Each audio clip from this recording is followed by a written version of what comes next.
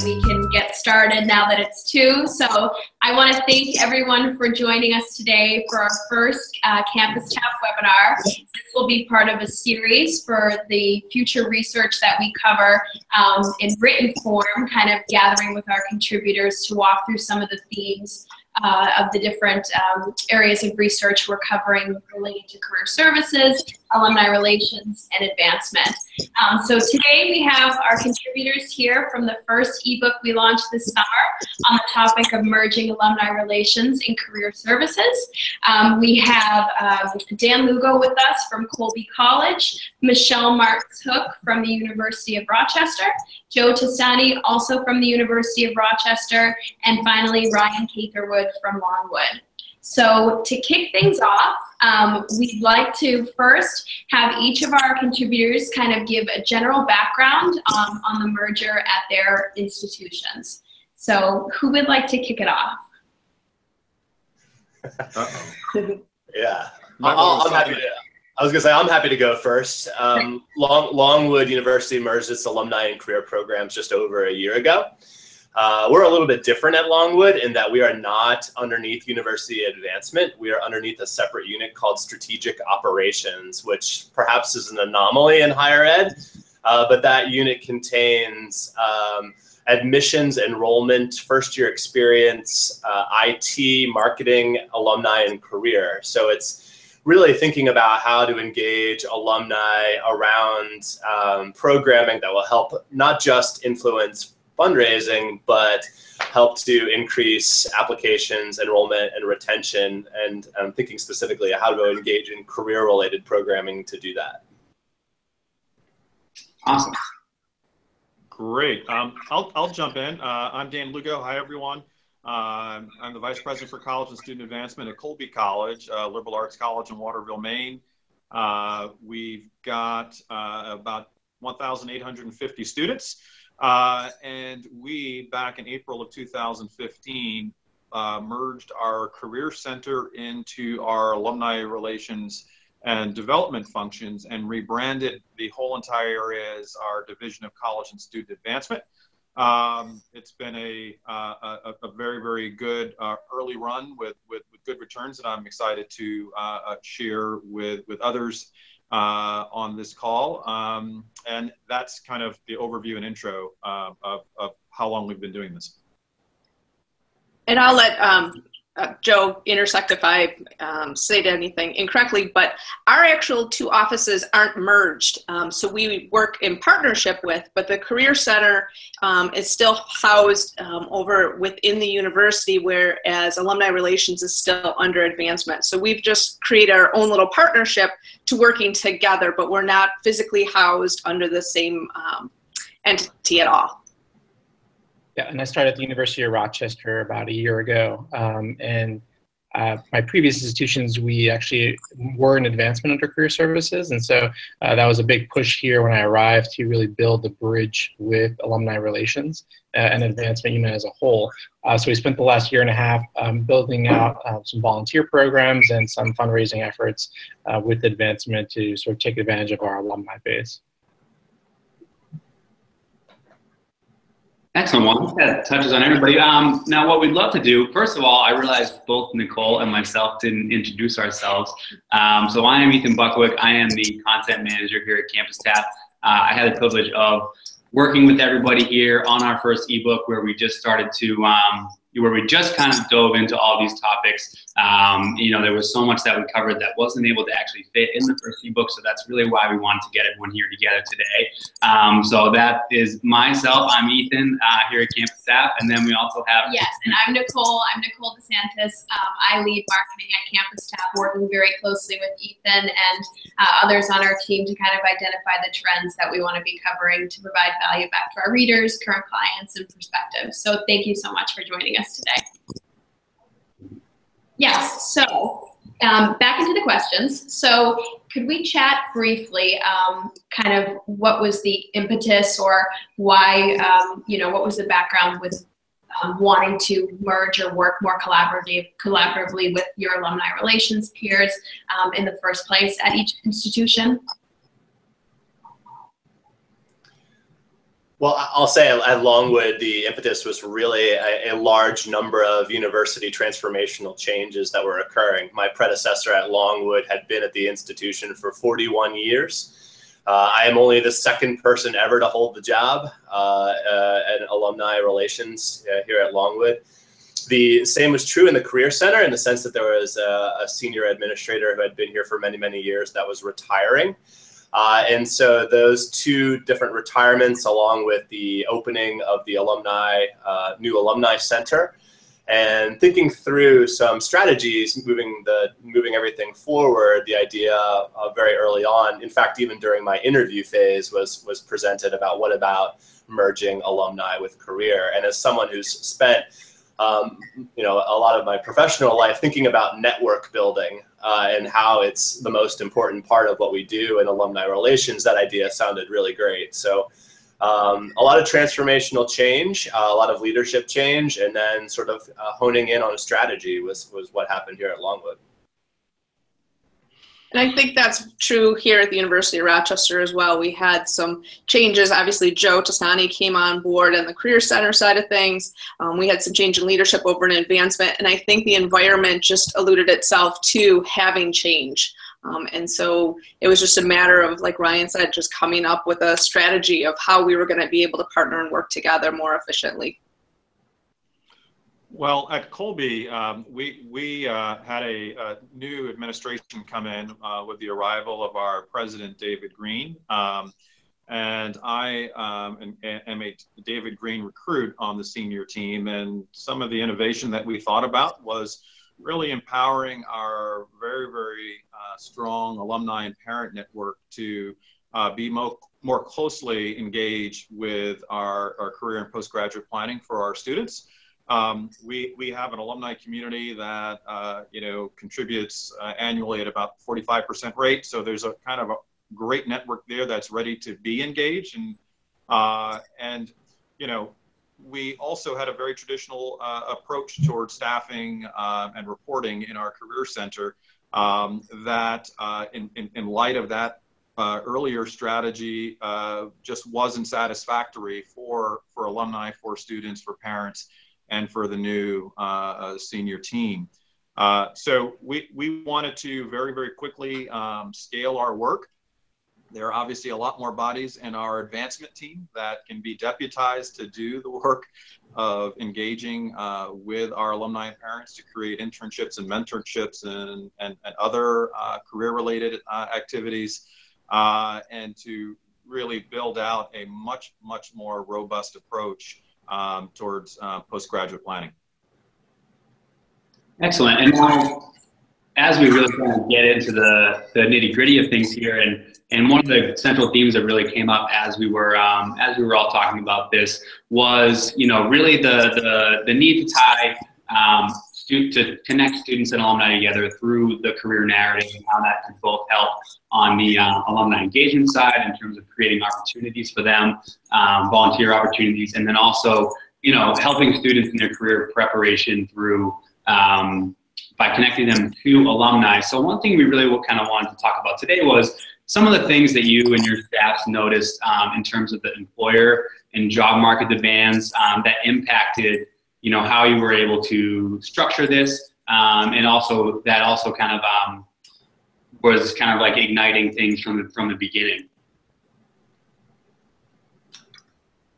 Well, I guess I would say that one thing that we were often hearing about students who are entering into the work world is that they were kept applying and applying and applying for these hundreds of jobs, making these really long spreadsheets of jobs that they were applying for. They weren't hearing anything back.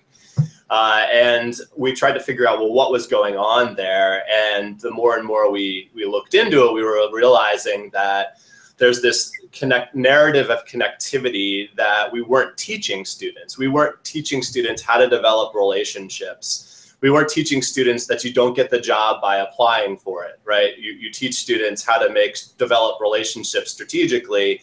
And we're helping students realize that alumni are a big piece of that puzzle. And so, alumni are out there in the work world working for employers where they may want to work someday. And so I think for us, it may have been less about the demands of the job market or employers per se, and more about a message that's better suited to helping students understand how to get hired. Yeah. I think at the University of Rochester, we got a really good academic reputation, but we really hadn't done a really effective job at sort of harnessing the power of our alumni base, even within certain companies. So it was kind of an opportunity lost, both for fundraising and for alumni engagement.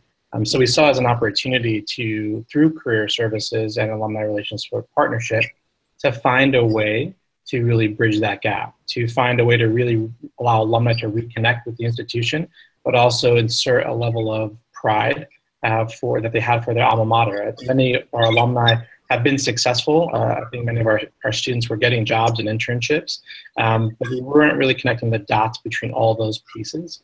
And I think we see this opportunity is to really create a stronger community of alumni and students, and really start to create pipelines into certain organizations to really prepare, position ourselves well for a competitive job market, but also just to re-engage and keep alumni engaged with the institution. Yeah, I mean, I would underline what we heard earlier and what drives us. It was I think there are some market-related factors in that at different companies, the expectation is that there's a coordinated effort, that people are communicating, on behalf of the institution, that people know that people are communicating on behalf of the institution. But it really was about missed opportunity and the opportunity cost of not being able to be much more strategic and maximizing the interest of alumni to contribute in this way.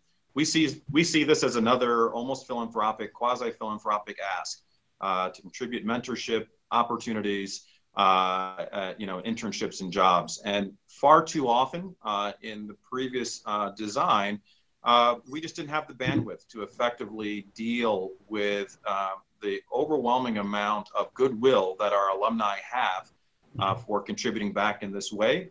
So, bridging the two areas has made us much more efficient, made us much more strategic and proactive in developing, direct pipelines, as was highlighted earlier, with a whole different range of employers, and be, instead of fielding opportunities, generative of opportunities is really kind of what we're trying to accomplish.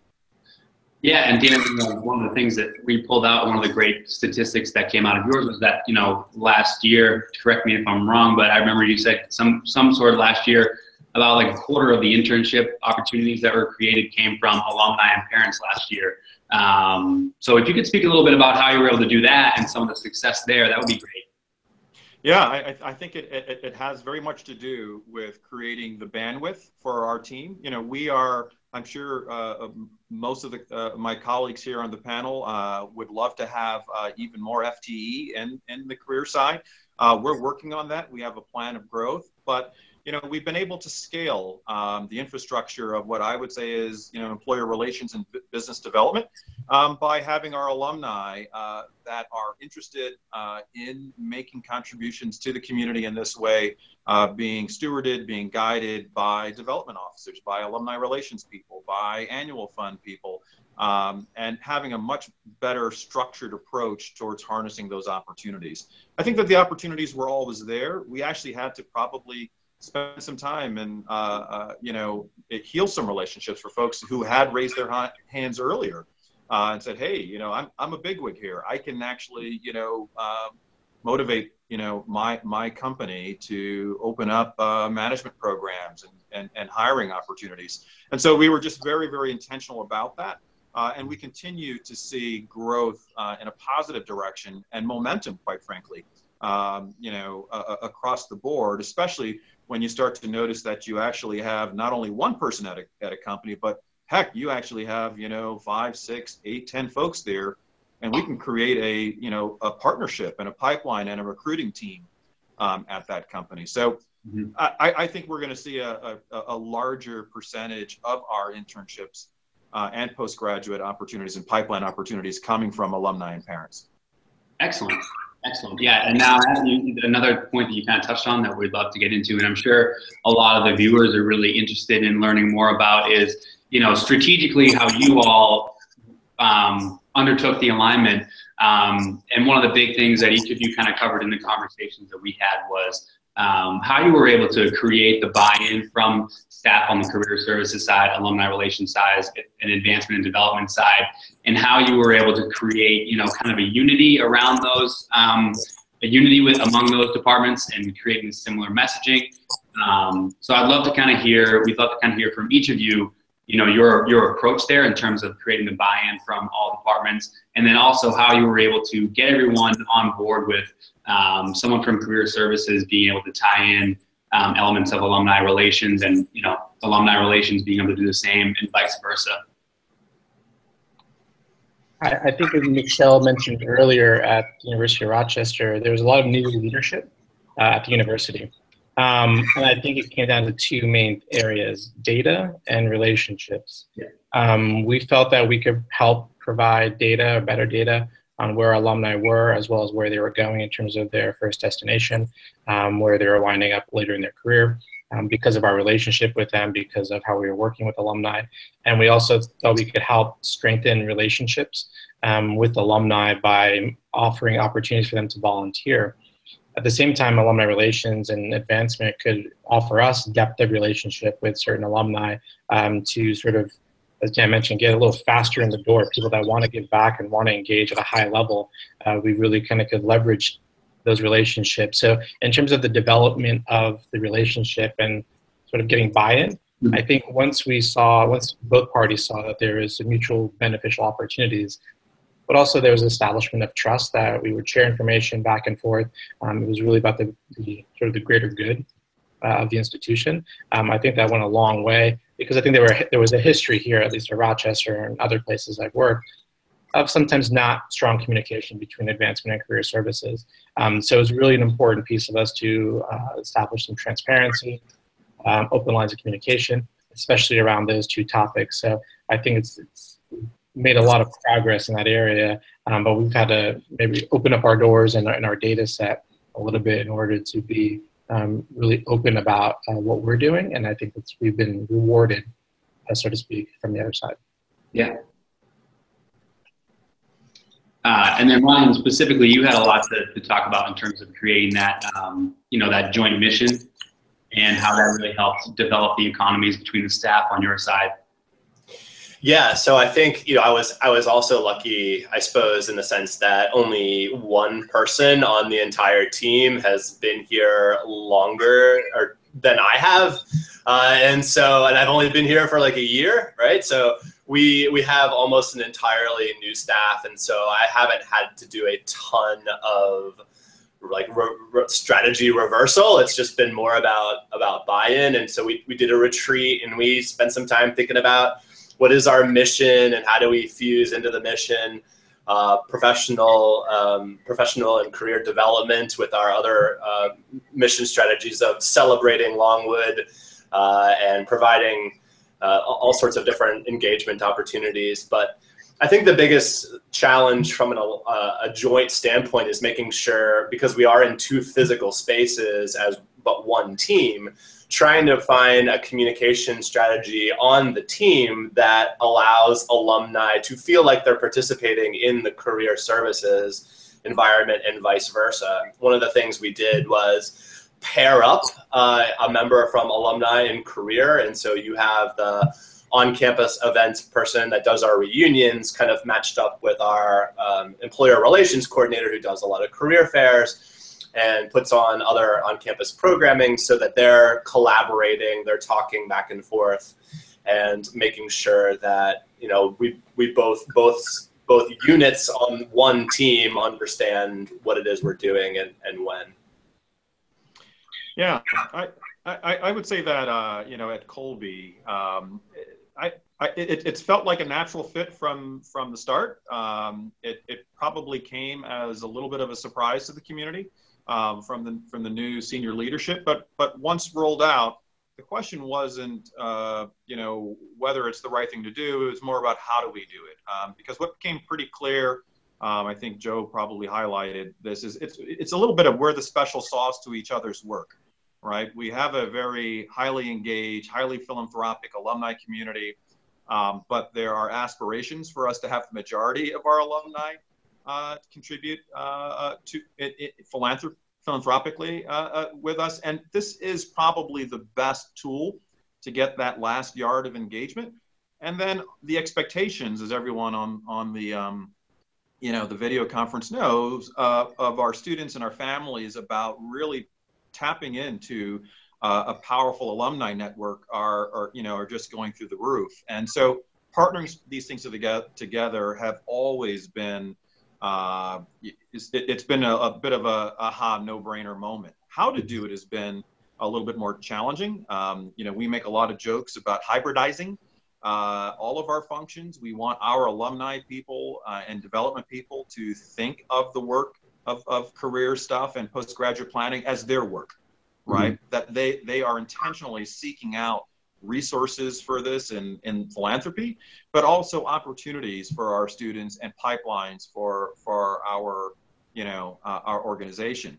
I also think that there's an incredible incentive on the career team side to engage even more professionally and at a higher level with our alumni, because they get the direct connection to how we're cultivating these folks, philanthropically. In fact, I mean, we have a fantastic team that we get our director, Elisa Johnson, out on the road with our development officers, and we're making pitches for resources for the for the future of this work and the new center.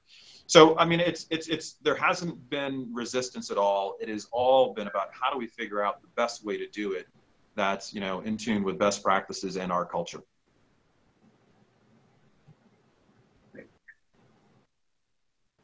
All right, I think Nicole has some thoughts here on the marketing side of things. Yes, so could you each speak a little bit to how you've kind of marketed this process and the different strategies you've employed internally to different departments at your institutions and then externally as well? I can speak a little bit to that. When we first started, since we aren't under the same division, it was really a way of, okay, how can we present this as simplistically to our partners? And so we spent some time, Joe and I and some other individuals in the office, thinking about how we wanted our alums to really engage with us. And so we broke it down into basically 3 little buckets. We had people that could do networking, we had people that could be our educators or our advisors, and then people that were helping with the recruiting side of things. And basically, we took this show on the road, if you will, and Joe and I presented to alumni relations and advancement as a whole to show the gift officers and what we were trying to accomplish and how simplistic it can actually be. We didn't make it very complicated. We did a partnership with some of the parents that have come through. So, and now when we're meeting with alumni, we have this basic, small postcard that has those 3 little buckets on it. And if they want more information, we're willing to give it to them. But it's, oh, these are the ways that we can actually help and we can get engaged with the University of Rochester. That's exactly what we did too. And we had the 3 little buckets, and they may have been even almost exactly the same. They were connect, celebrate, and contribute, but fundamentally what we were after is to develop sort of a lifelong learning atmosphere that also include professional development. We were after developing programming and engagement opportunities that allowed people to connect and further develop the network itself, and then contribute, right? We wanted to provide avenues where people could participate by hosting a student for a work shadow program, or coming to campus to speak on an alumni panel, or posting jobs or internships. So we did a very, very similar thing in terms of developing an easy to think of marketing strategy for the infusion, or fusion, I should say. Yeah, I would say, to avoid repetition, I think many of the things that were highlighted are things that we are employing, but I also think that there's a broader vision that we are employing from our president on down around using this this change and this integration as a real talking point for how we, become much less siloed on a small campus. I mean, we're a small liberal arts college. It's disappointing, I guess, eras past at how not connected certain things were. That we've heard our alumni and parents and their complaints, and bringing these things together is really the right way to go. I also would say that the communication and talking points around this are incredibly important. No matter, I don't care where you work, working with students around this is, we can be 99% successful in launching folks to great outcomes. And if we have 1% of our audience that doesn't have a satisfactory outcome every single time, they will complain, and they will complain loudly. And one of the tough things that our career teams haven't been equipped with is a great communication strategy to talk about all of the incredible hard work and wins. And that's the stuff that advancement does. I mean, we're better equipped on that communication side. We have an invitation to talk about the good works of the college. And so that's been a point of how we're, building momentum, is to talk much more frequently about how this change has, really impacted our work in a positive way. So we're not constantly, chasing the one-off story a semester of an unsatisfactory outcome or engagement. So I think that's an important part of our communication and marketing that we're paying attention to. I was just gonna add one more point on sort of a marketing strategy. Is we during this entire process, Longwood rebuilt and relaunched a brand new website. And one of the things I sort of made sure of is that it was built to house a content marketing strategy that was both separate and cohesive as it related to the two units. So we, for example, we hire alumni bloggers to provide short advice-based articles about the world after graduation. And we share them on the Office of Alumni and Career Services Facebook page, right, and social media. So the idea is, of course, to create content, and content is even an engagement opportunity to drive traffic back to our web presence. And in very much the same way that webinars like this one will do. We're trying some of those same marketing strategies. And then how did you, speaking more on like kind of the student side, how did you raise the awareness for students to let them know that, we're giving you the opportunity to connect more with alumni through these initiatives? Speaking more to that. Yeah, so some of that's been really grassroots. We deployed the Graduate platform, which was helpful because it gave us a network in a box sort of thing. And what that was helpful to do is help us to tell a story about how alumni are participants in this entire career services process and identify alumni who want to help. Right, so we're trying to teach students about the informational interview, right, as sort of the core aspect of alumni and career. You get students to learn how to reach out to alumni and use them to help bridge the gap after graduation. And so I think it's been part of this overall narrative that we've been trying to tell, that alumni are part of an outer inner circle, just beyond the reach of their friends, their faculty, their parents, their neighbors that are there to help. And teaching students how to approach those people and to not be frightened to do so. So that's been part of the strategy, is putting content on our website that teaches students how to ask for informational interviews, right? And doing those sorts of things. I would say we have not. We've been robustly talking about this new integration of alumni into career planning on campus with our student newsletters. But I think what's really been most effective is happening quite organically, is the fact that they're seeing a lot more alumni participate in events. Just a little more than a week ago, we had an alumni-led what we would call, trek, where we brought almost 80 students down to Boston for what we call paving the road in finance. And we had almost 150 alumni participate in an all-day kind of panel workshop and a whole wide range business and finance opportunities and career opportunities with interviews, with mock interviews, real interviews, panels, everything. And so I would say that 8 years ago, those types of things weren't going on, and we're starting to see a lot more of that activity happening. And we're starting to see a lot more alumni come back to campus representing their companies, coming back with teams. They're starting to see some of their own parents who are, leaders at a whole wide range of really exciting, companies that are answering the call to be engaged and to interview our students and bring their recruitment teams to our campus. So I think organically our students are getting the message that, oh, wow, there is a powerful network. And hopefully this is what we're looking forward to and we're starting to see is that recent grad that because of this innovation and connection to parents and alumni and how it helped them either through getting interview, counseling or an actual job, is that when they're 1 year out, 2, 3, that they're dragging their company back to our doorstep as well. And we're starting to see that, presently. Excellent. Great.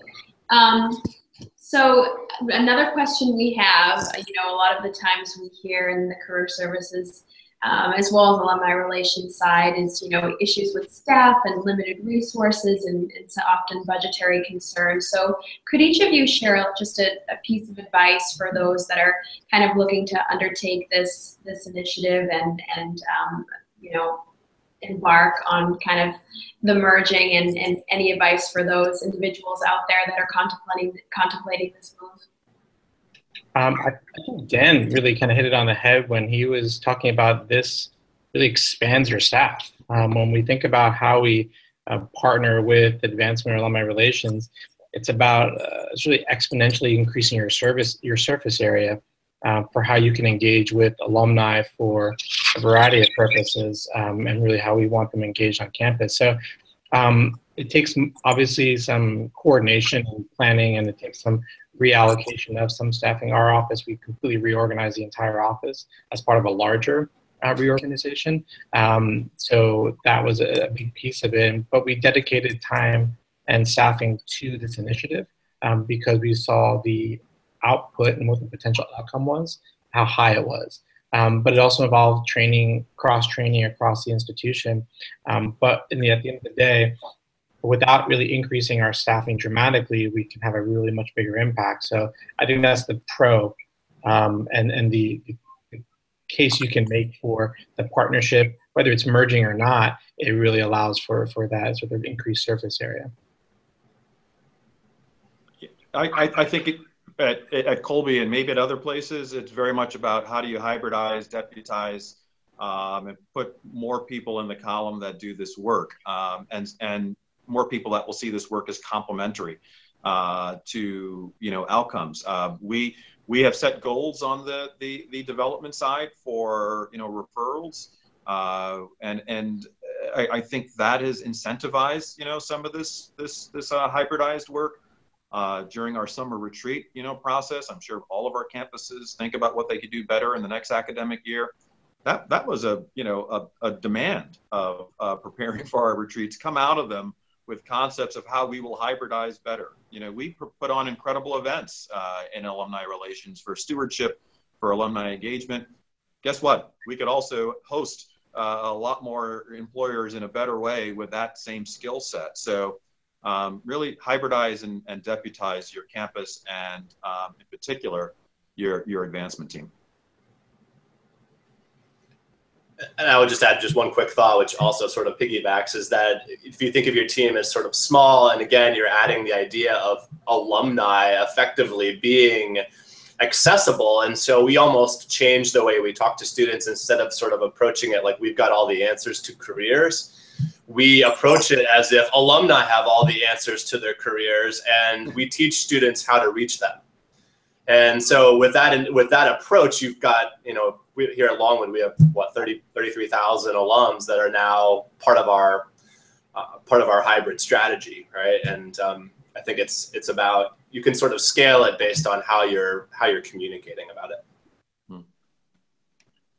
Awesome. And now one more, before we kind of start getting into like the early returns that you've all kind of seen, that we'd love to let the viewers know that we will be doing a quick Q&A towards the end of this. So if people do want to submit some questions through the chat feature, we can get to some of those towards the end. So just wanted to do a quick plug there and let people know that we will be doing that. And now we can kind of get in to see how this is kind of impacting, you know, your student body now, also alumni and some of the institutional benefits you're seeing. So yeah, so Michelle, maybe we can start off with you and talking about some of the early returns you've seen, you know, kind of touching on wherever, whether it be student on the alumni side, or, you know, maybe some of the benefits you've seen specifically for University of Rochester institutionally.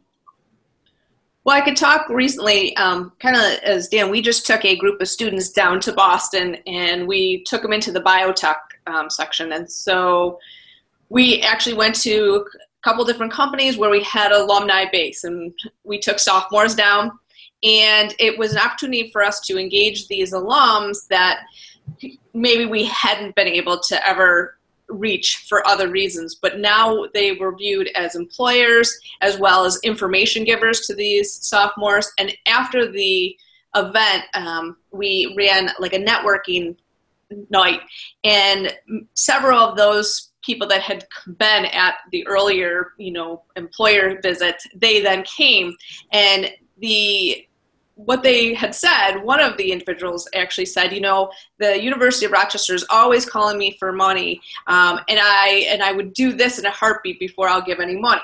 Now, of course, we all want them eventually to give some money, but if we can start to engage them and they feel valued, those are the type of things we just want to create, that positive relationship.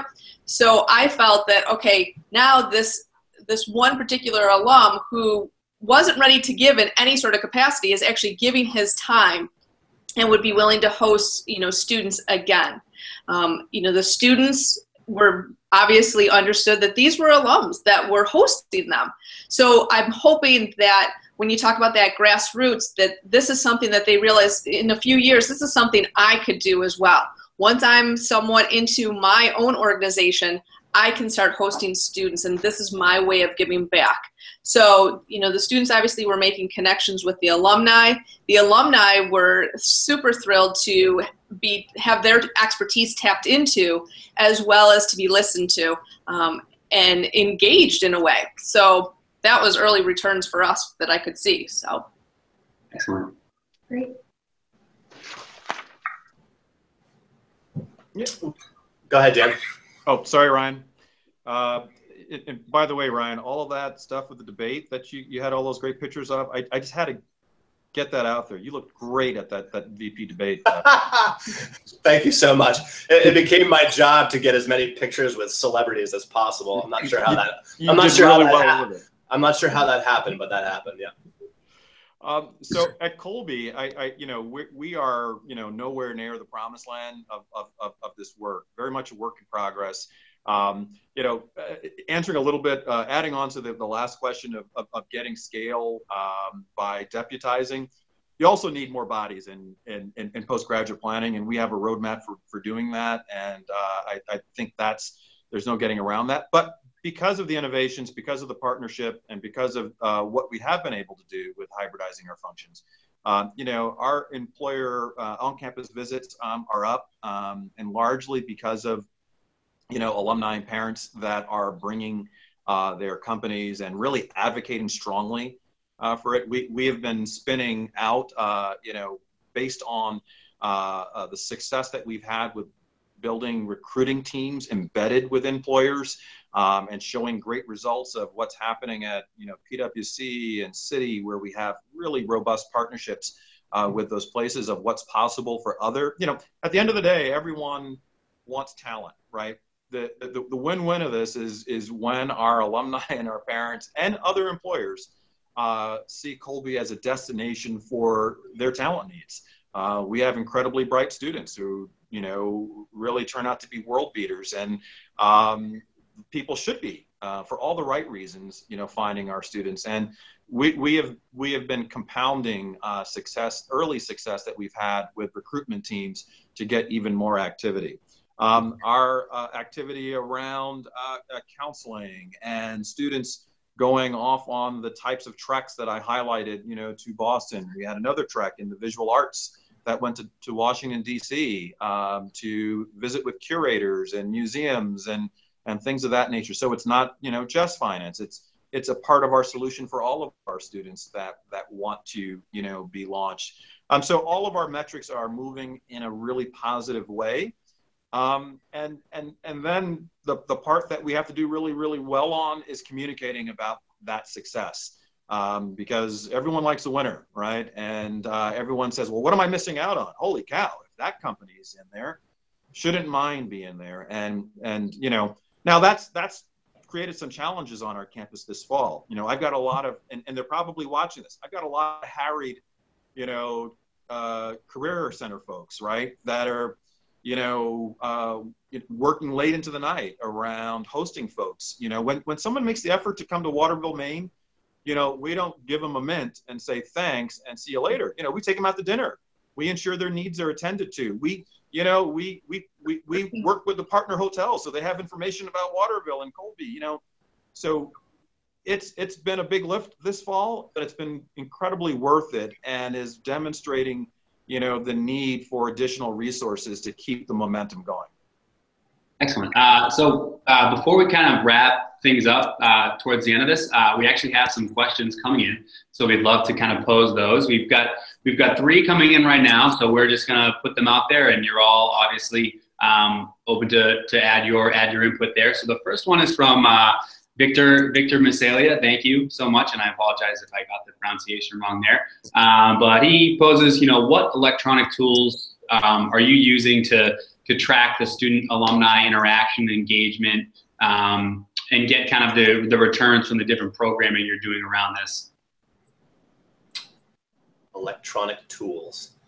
Yeah.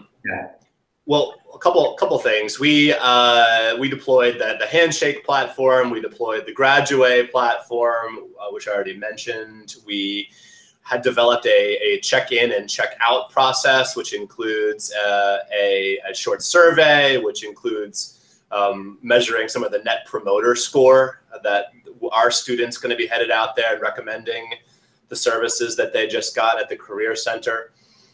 We built a new website. We created new social media channels. We merged old social media channels together. So I think that the merger is certainly a digitally an important merger. And then LinkedIn, of course, right, makes almost you could create a couple of job descriptions just around LinkedIn. So, but yeah. Okay, great.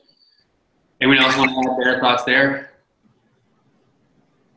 Not much to add on that.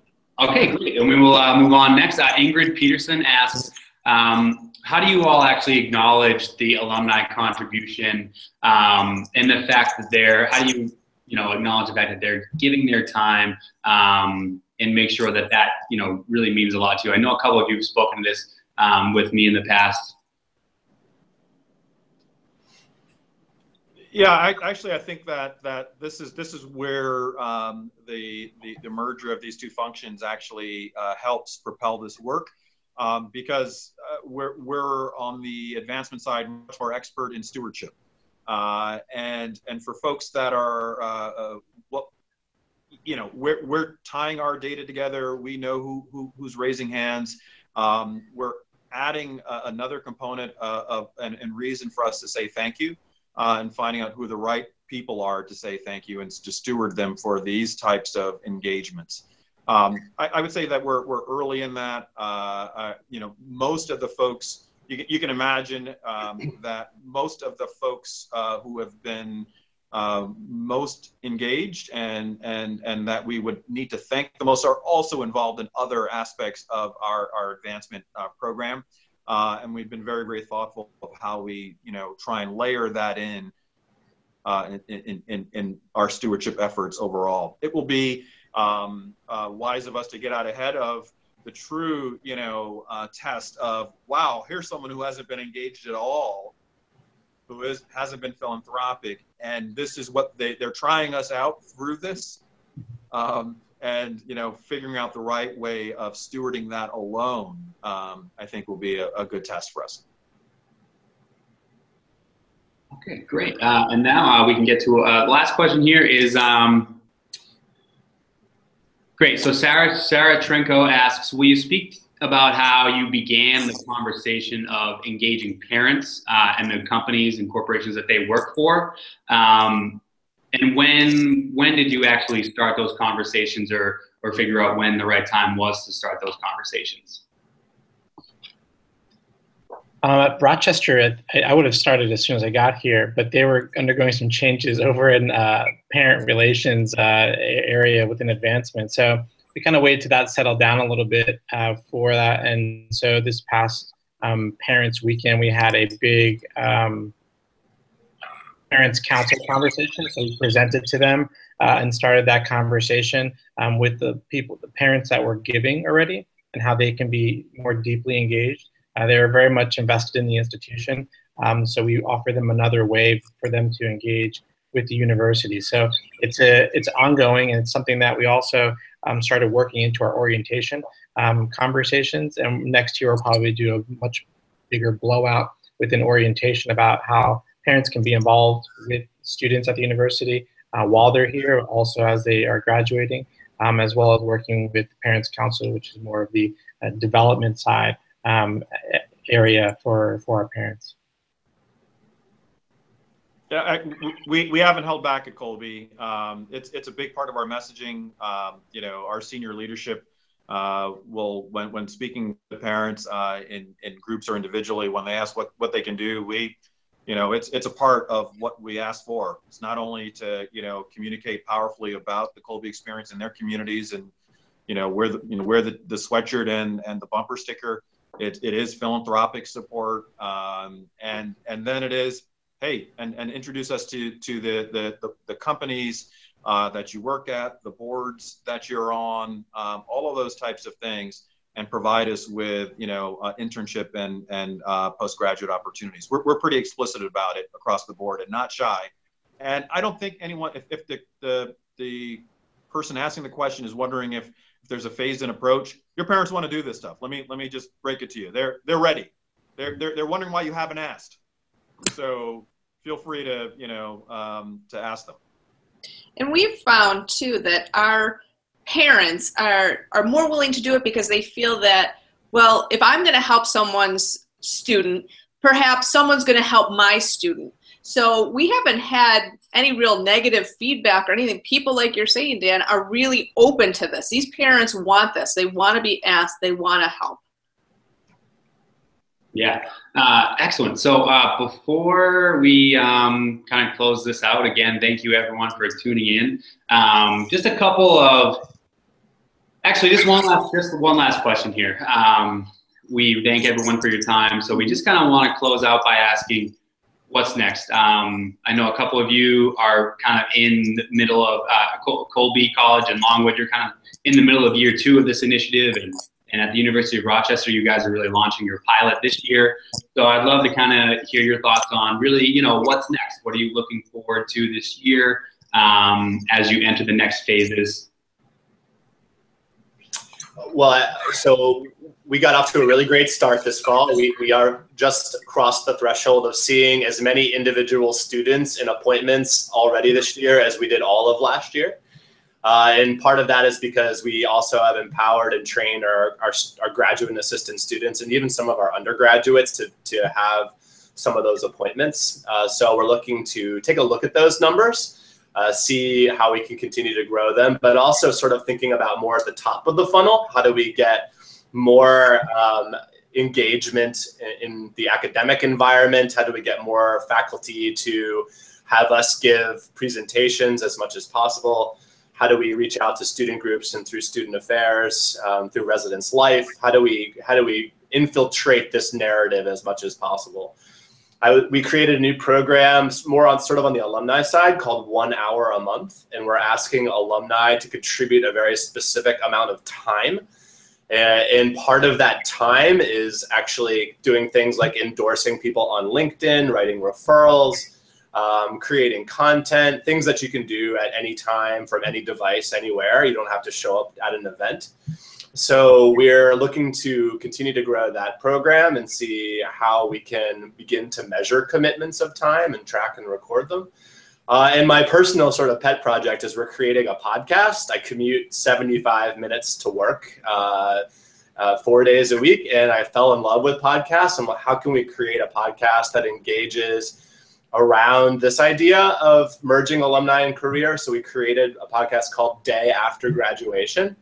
And it's all about you asking alumni to share their stories from the real world and presenting them in an audio story podcast format. So I don't know if anyone will listen to it, but we're going to try. We'll be certainly at least tuned in. We'll be tuned in. Okay. Great.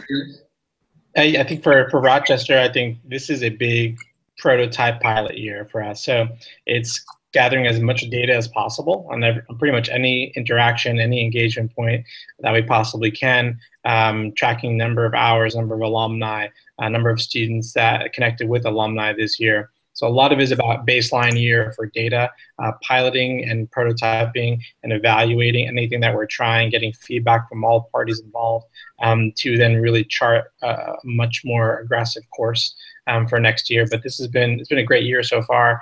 But I think a lot of it is making sure that we're collecting the right information so that it can help inform future decisions and how we better work with our partners across campus. Yeah, well, at Colby, so we've been thrilled with the merger, and we actually have set the bar higher with a new direction. We've been thinking about how do we bring the postgraduate planning even more centrally into the liberal arts experience and the student experience, because it's still we still don't want it to be kind of an add-on experience. It should happen naturally. And so we're actually really excited to be pursuing a new concept of a center that we are describing as a center for discovery, global impact, and postgraduate achievement, where we're actually in a search for a new associate vice president to lead this search. That would include all of the postgraduate planning, but we think that our students would be in incredible great shape if they all had the universal experiences of internships, of global experiences, and student research. And so putting all of that into one center is the innovation, the direction that we're heading right now and next. And we're very fortunate to be opening a new building on campus this summer that will house all of that, start to build out the staff that does that, to really connect the liberal arts to the world beyond our campus in a really powerful way, and have students naturally come to it and build portfolios of real substance and meaning in a natural way that complements their academic experience. So that's another big thing that we're very focused on and very excited about. Great. Well, from CampusTap and Nicole and I, we would both love to thank, first off, all of our contributors that joined us today. We couldn't have, done this ebook and this webinar without the four of you. So we really appreciate you taking the time. And thank you to everybody who tuned in today. We really appreciate you joining us. And keep an eye out. Next week, we'll be sharing a recap of this event that you can share with your colleagues that may not have been able to attend. And I would love to invite you to check out some of our new research around alumni affinity groups and industry-based networking initiatives to try to meet their career needs as well. So again, we want to thank you from CampusTap. Thank you to our contributors, and stay tuned for future webinars from our team. Thank you. Thank you. Thank you. Bye-bye.